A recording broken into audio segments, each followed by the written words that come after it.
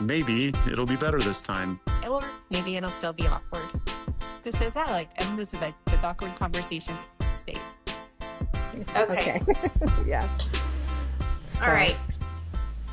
So I was thinking today we should have a couple of fun questions. What's something you guys have had interesting in your business? 'Cause Melinda, you sell real estate too. So what's something interesting you've had happen or learned? Or Alec, you can. Something weird that you haven't seen in all your years in title, or something that you've learned. Way to put me on the spot. I know.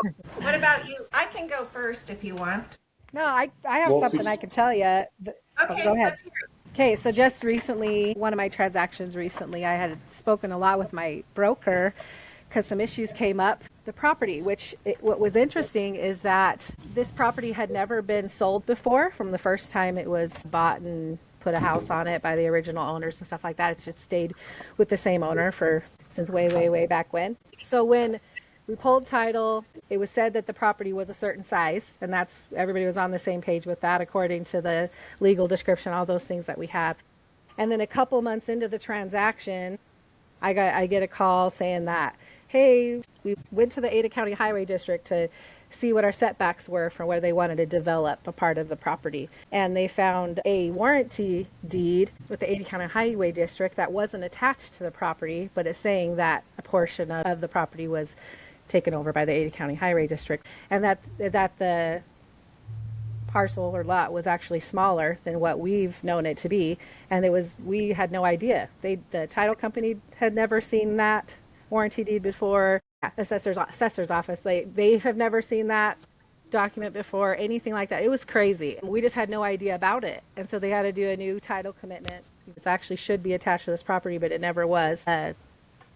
Portion of it was conveyed to ACHD, and so it just created a lot of turmoil and confusion, and our brokers had to get involved and kind of help us manage the things between everybody, and it ended up closing just fine and being great and everything. But it was crazy to find out that there was, for the sellers especially, to find out that there was parts of the property that they no longer owned, that they didn't know that. And Did they have to sign off on that deed that the title company found? Yes, they did. Had to sign off on it. And it was very interesting. And so now with the new forms changes, there's a new section that I noticed in where it talks about title commitments and all of that. If there's something unknown that comes up that the seller didn't know anything about, that they're allowed to back out, because that was one thing we did want to do. And hopefully I'm not giving anything away that I shouldn't. But when we came up, because one of the things they said, that she was like, you're misrepresenting the property. You're giving us false information. We put this offer in thinking it was this big, but it's only this big, even though it wasn't that big of a discrepancy. And it wouldn't have been usable anyway with setbacks, because you can see that the road and the sidewalk, But now there's that portion in the new forms, and I was like, I have to call my broker and ask her if that's had anything to do with this transaction that was just a major, huge headache for her and me and the sellers and everybody. Your broker's on the forms committee. I'm guessing that it. I know, but I have no idea if that had anything to do with it. But man, it was a lot of conversations and a lot of. So now that I have that portion saying that if something comes up that the sellers were unaware of, had no idea about, that they're able to back out, basically, that's allowed now. The trick is the earnest money, because in that, the way it says is the earnest money goes back. That this, well, no, it says, yes, it says it goes back, but if it's a non-refundable earnest money, it wouldn't. And that's something that I think is a little bit suspect. It's very interesting. That whole thing just had so many things to it. It was quite a learning process for everybody. But I was so excited to see that in the form changes. I was like, I wonder if it's because of that. But anyway. So if it's non-refundable earnest money right off the bat, and then the seller finds something that they don't like and they back out, did you say that they get to keep the earnest money at that point? Yeah, if it's non-refundable, you can't. What's to stop somebody from redoing this over and over and over? Nothing. Besides That's the court. the danger. Yeah. And is that anything, or is it just what's on title? Because what if the sellers don't know what their payoff amount is, or they end up with an extra payoff that they were kind of unaware of at that time? Are those things? Is there a time frame on which they're allowed to back out of the deal? I don't remember, Melinda. Do you? I'm going to see if I can pull it up. I can probably share it. And we are not attorneys. We are not interpreting No, this. we're not interpreting. Who's not? None of us are. We're not attorneys. We're not giving legal advice. We're just reading the form the way it reads now. We have to be careful because we don't want to get in trouble because we decided to have a fun, weird, awkward podcast. Yeah. Okay, I think I can share my screen. So I'm going to share Should we my all lean? screen. Yes, because I'm this one. Yes, share. Okay, so I'm sharing it, and it has in the new section she's talking about. Did I miss it? Is it in the title and the it's up Title here. commitment, yeah. I think it's up a little high. Right. Nope, No, that's- not title conveyance, No, I was that's just good. looking at it last night, but too. Right up right there. It's right here. If the seller was unaware that a circumstance, condition, or defect was affecting title to the property and learns of the same disclosure from the title company, then the seller shall have the option to terminate this agreement by notifying the buyer in writing of such termination within a preset determined business days. 2 is the default after receipt of document disclosing the circumstance. So there's no time frame, Alec. I think if something came up, condition At of any default. point. Yeah, upon said termination, any earnest money shall be returned to the buyer unless it has become non-refundable. And that's the piece Yeah. that's tricky if you're, you have a seller that's insistent on non-refundable earnest money or a listing Yeah. agent that only believes Well- in non-refundable, which happens. And we had a very special circumstance where they needed it to be a 6-month close. And we were like, well, at a certain point, because they had all these different inspections they wanted to do as well for city zoning and planning and all kinds of different stuff. But our deadline to make the decision where we could go back on market, a contingent, and consider other offers and bump them and whatever the circumstance, and they could, get rid of all their contingencies.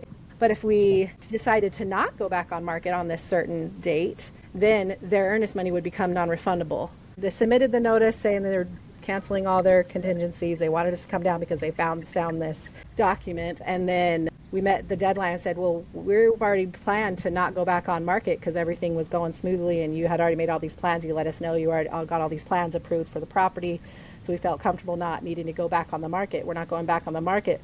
And now this is the deadline. And now your earnest money is also non-refundable. So it was a crazy situation though, but it was non-refundable Yeah. at that point. It was crazy. And that's fair for the seller because if you've had it off the market, lots of conditions in your market can change. Like the Yeah. prices go up or the prices go down and you've Especially lost it was a potential buyer. Yeah. So there's risk to the seller for sure. Big but it's time. hard for a buyer that doesn't have a lot of cash if they've put it in and they put all that time in and then it changes. Yeah. It was a crazy situation. It was very, very interesting. But I was excited to see that added section. I was like, this has got to be because of that part of it. What about you, Alec? Have you seen anything crazy or kooky? Well, I want to know who is the culprit. If you're the culprit on that part of it, who is the one that created the HOA section on the contract that says that the buyer or seller split or whatever is going to be paying for this, and then anything left over is a seller cost? Who created that part of it? Hold on. I'm going to share my screen again so you can tell me what you're talking about. It's on page, I think it's on page 5. Okay, so I thought it was. Maybe it's above the grid. Wherever the grid is, go to the page before that. I think the grid's here. Cost paid Okay. by. Yep, keep going up. So right about there. So the Right fourth here. line from the bottom says buyer will pay what? Buyer, seller, is that the transfer fee? I can't see it from here. Okay, so let's see. It says the homeowner association documents how much the dues are, and then it says the setup fee, the transfer fee, and then it says seller to pay any additional costs Yep. if more than the amounts stated. Yep.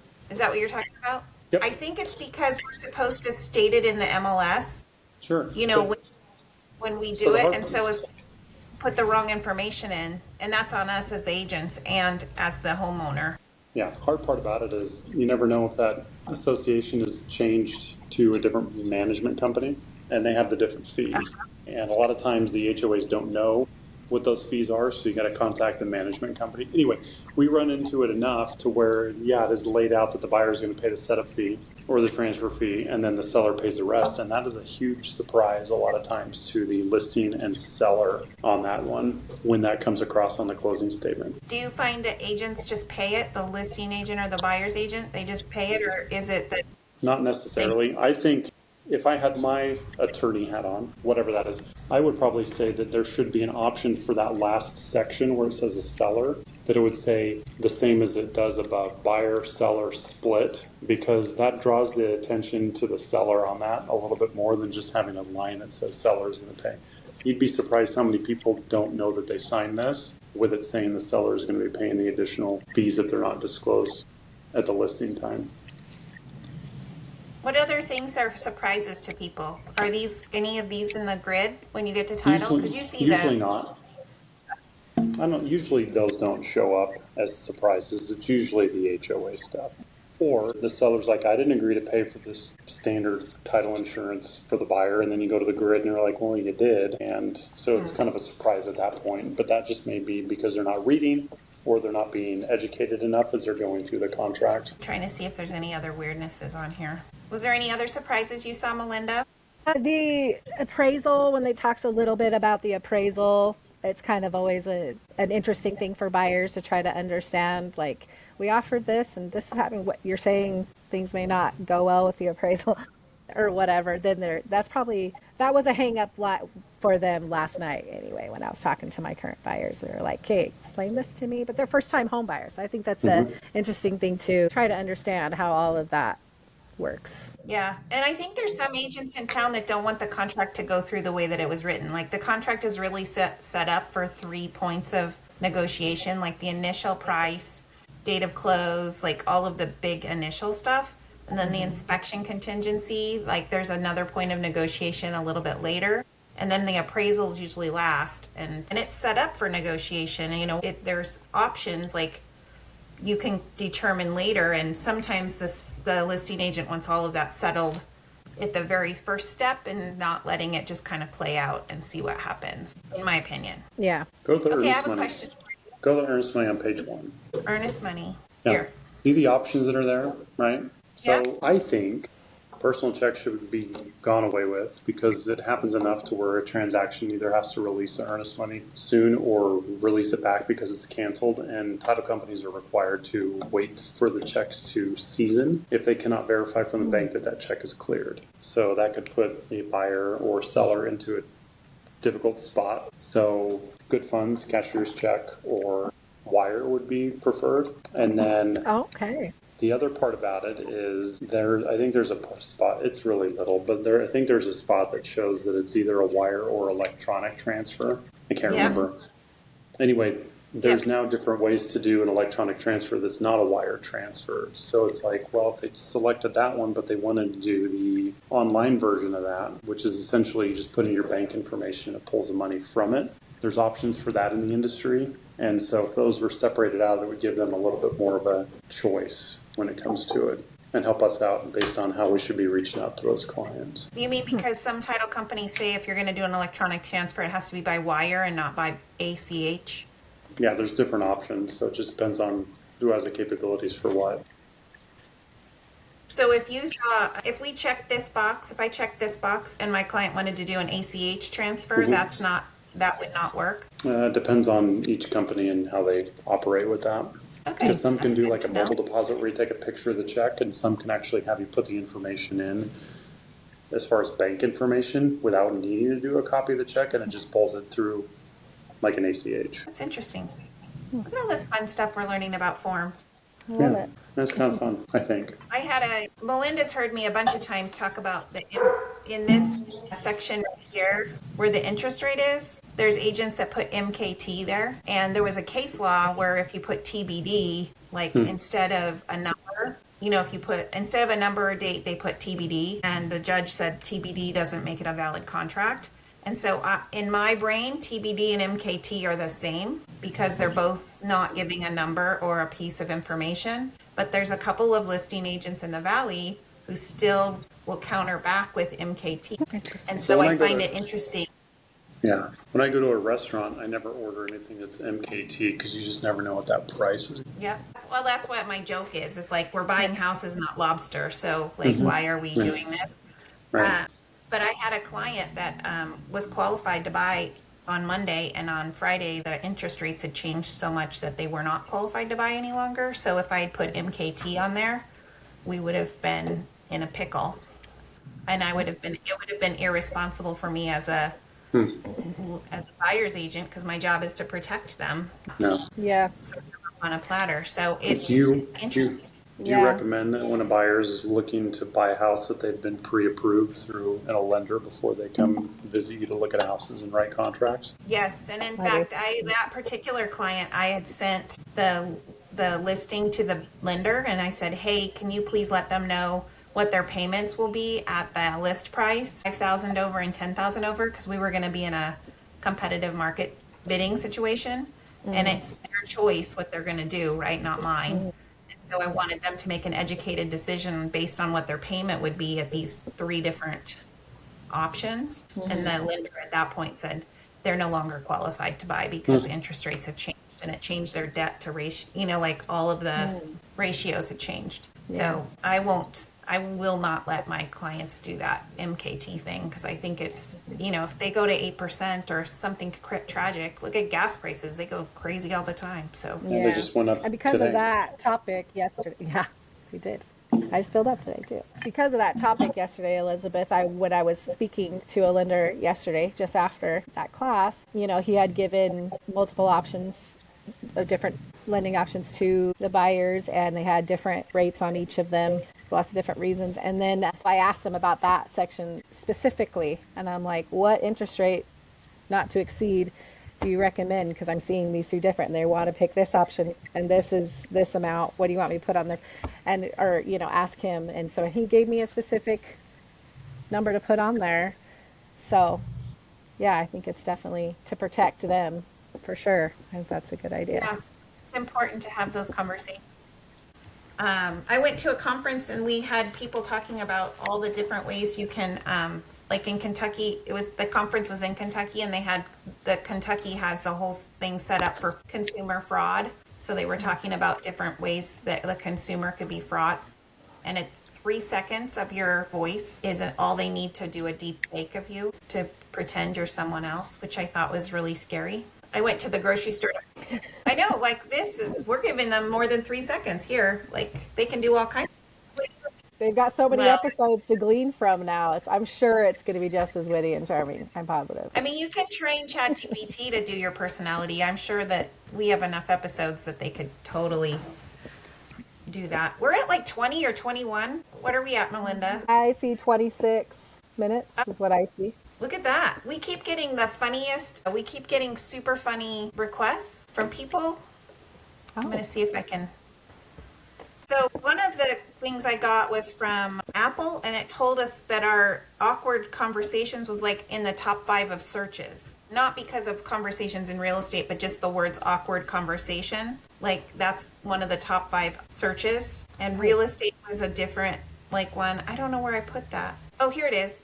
So Apple Podcast rankings, the top 3 keywords, they said awkward conversations was number 5. Real estate conversations is 16. Navigating awkwardness is 26. On Spotify, real estate consumers is 46, and awkward conversations is 60. And keywords your audience searches for, real estate conversations was 16, rated 16. So it's giving me suggestions on how to get more people to listen or find us in searches. So that was kind of fun. Cool. And then somebody wanted us to do a podcast swap. I don't know, is that like swapping wives? Seems a little weird. Like swap hosts. Yeah, we can swap hosts. Is that, do we need a pineapple in the corner of our podcast? This guy wants to be be a guest because he's super smart. I don't know what this one was about. Some of this stuff cracks me up. Somebody wants to clean our podcast studio. Yeah. Well, they're offering those services. And this one's pretty exciting. When we passed 15 episodes, we were in the top tier of 1% of podcasts worldwide, because most podcasts don't get to that number. So we thought awesome. 10 was the right number, but 15 apparently is even better.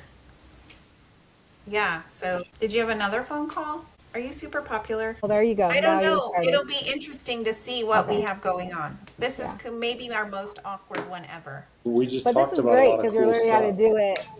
Yeah, and we're learning how to do it hybrid or remote, which is awesome. So what topics, who do we want to get? That person that wants to clean the studio. I don't know if I want to have them come visit. Do you? How do you clean brick? I mean, we could talk, how do you clean brick with water and a brush? I don't know. What if it gets on your couch? Well, that would be awkward all by itself, wouldn't it? I love the appraisal when you have the fellow come in and talk about appraisals. He was an appraiser and a real estate agent. I think more appraisals. I think the like Vascal about all the data that works with DSU. She was fascinating too. I'm sure there's more. I mean, all of them have been really great to listen to. I would So say what about those ones I really insurance? enjoyed the most. Insurance would be really cool. So we could do insurance. We are trying to get a transaction coordinator company. We could do an investigator, like for IREC. Like we could find one of those maybe. What about E&O insurance carrier? We could do, what do you think? Any of those ring bells or Do we make have you any? excited? Anybody that we can bring two people on and the conversation might get a little heated? Yeah. You want to fight? No, Do we want to have fight, but just- WWF and just awkward conversations? pauses. Different brokers. Are you trying to be Jerry Springer of the podcast world? I mean, it might get us to 35 episodes. Or might be at his ranked higher? A general contractor and an inspector. They don't like each maybe. other typically.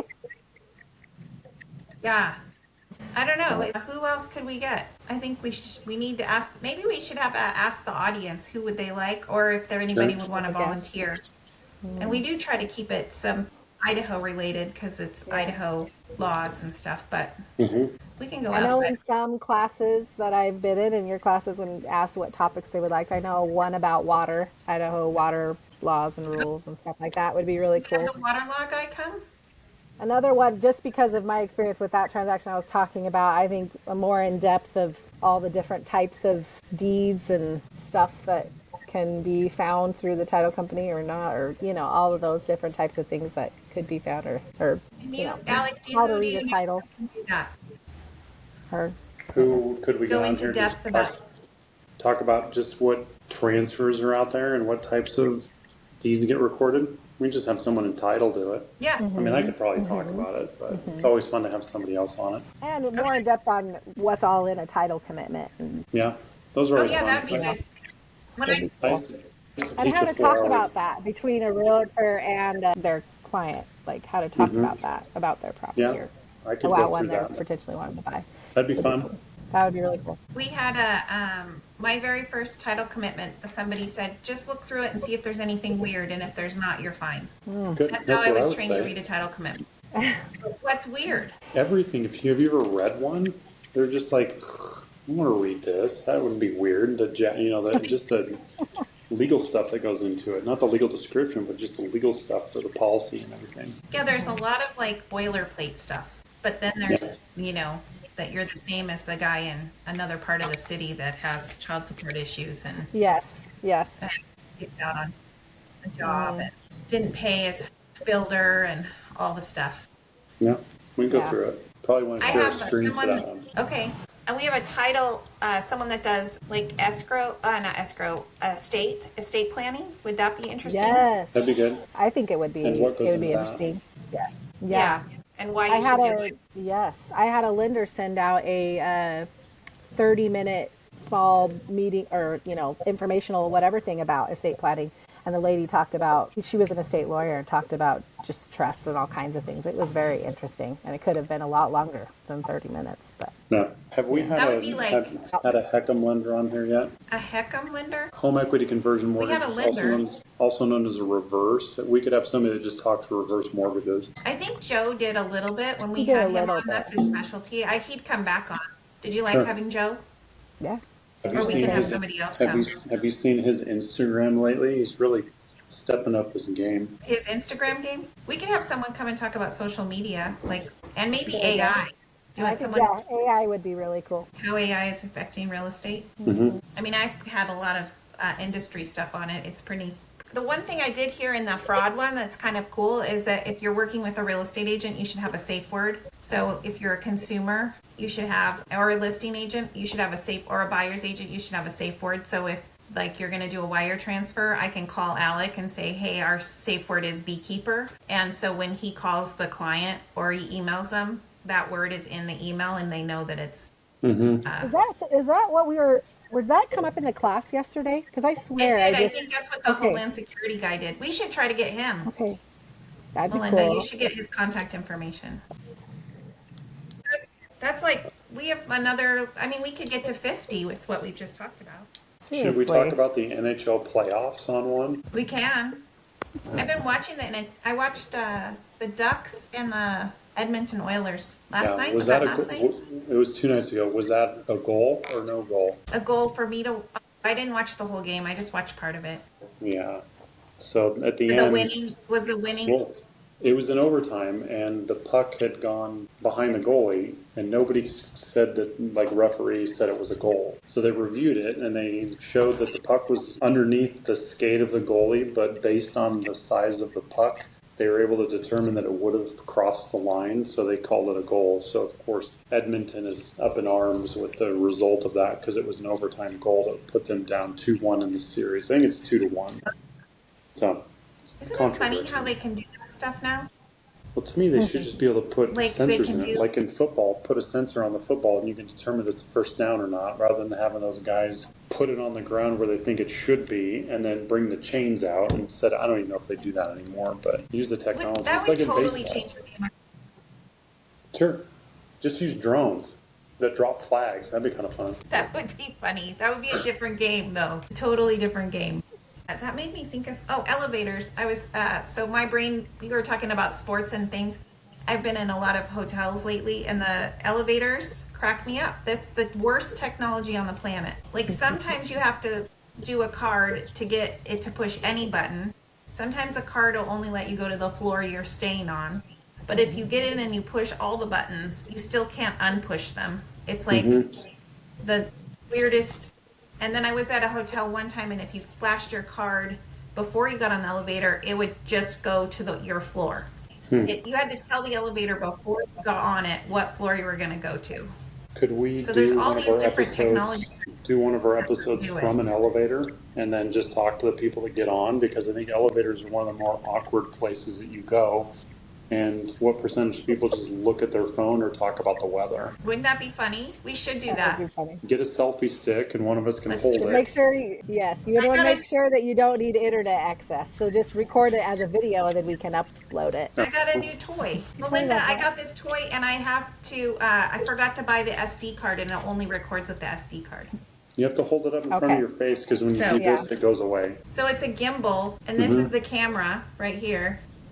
And then it has a screen and it can record this way or this way. I think that was really cool. To not have to hook your phone up to it is really awesome. And this little moves and follows you when you have it on. I have one for my phone. I think I've used it to record before in our sessions when we do them in person.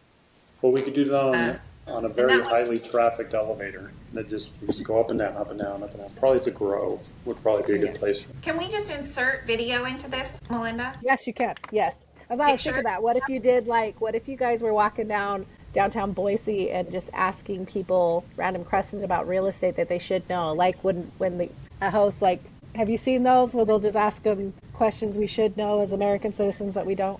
Sure. That most don't. Oh, yeah. That'd be fun. I have to do it when it's hot out, though. I can't do this cold weather. Even today was a little cold for me. You can hand out water with your logo on it. Yeah. We just do it with our awkward conversation. Anything else weird and exciting? I don't know. It's still recording, so that's good. That's good. We don't know what we missed of you. That's fine. Are you seeing more transactions? I know, Melinda, you've been busy and I've been busy. Have you been busy, Alec? Things are picking up. Do you feel like it's busier this year than last? This year, yeah. I think it's busier this year than last year. Like, just since not doing actual numbers like we had at the last podcast, but just I always kind of like how do I feel? Do I feel like people are calling and asking questions? Do I feel like when I put an offer in, there's other offers? I think there's been I've had several situations with multiple offers. Yeah. Well, and I just compared to this time last year, working with a buyer, they gave me a list of 15 houses that we went and saw this weekend, and 4 of them went into contract that morning. We went to go do it, and I was like, that's not what was happening this time with my buyers, and so that has been it's been different. It's been different. Yeah, I think it's funny because I think buyers feel like they're in a buyer's market now, and sellers are hopeful they can. I don't know that they can always raise the prices of their homes, but they're definitely shorter time on the market for most of them. So yeah, it's been good. Right.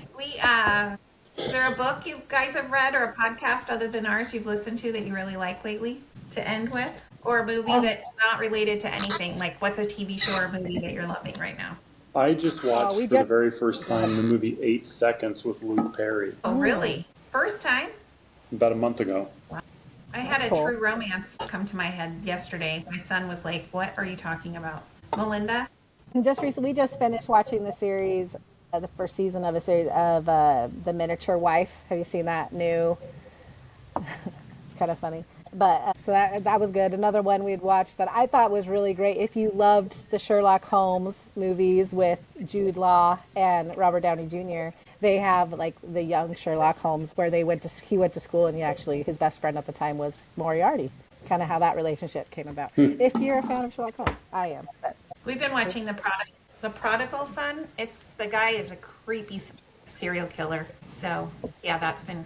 Scarpetta was good. We watched that too, and that was good. And I do love murder mystery. Shrinking is really great too. I like Shrinking. Okay, I'll have to try it.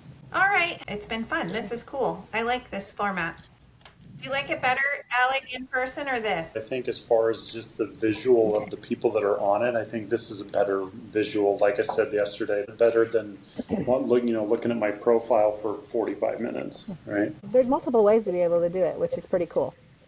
That is pretty cool. It's been fun. I love doing this podcast. It's super cool. And we have a ton of ideas. We're going to have to write them down. I didn't write them down. I'm really bad at We got them recorded, so I'll write them down. Just watch it. There's a note-taking ring. Did you see? I've had it on Facebook. It looks like an Aura ring, but it takes notes. You can that's take awesome. notes for You told me 7 about that. hours. That's crazy. I know. Now everybody crazy. can spy on Did people you all the time. right? And did you notice that there was a feature when I logged into Zoom yesterday? There was a feature that said that it could take notes for you for the whole class if you wanted. Yeah. I'm like, Now I have crazy. proof if I say something inappropriate, Yeah. Oh my which goodness. sometimes happens. Maybe it'll be better this time. Or maybe it'll still be awkward. This is Alec Elizabeth with Awkward Conversations State.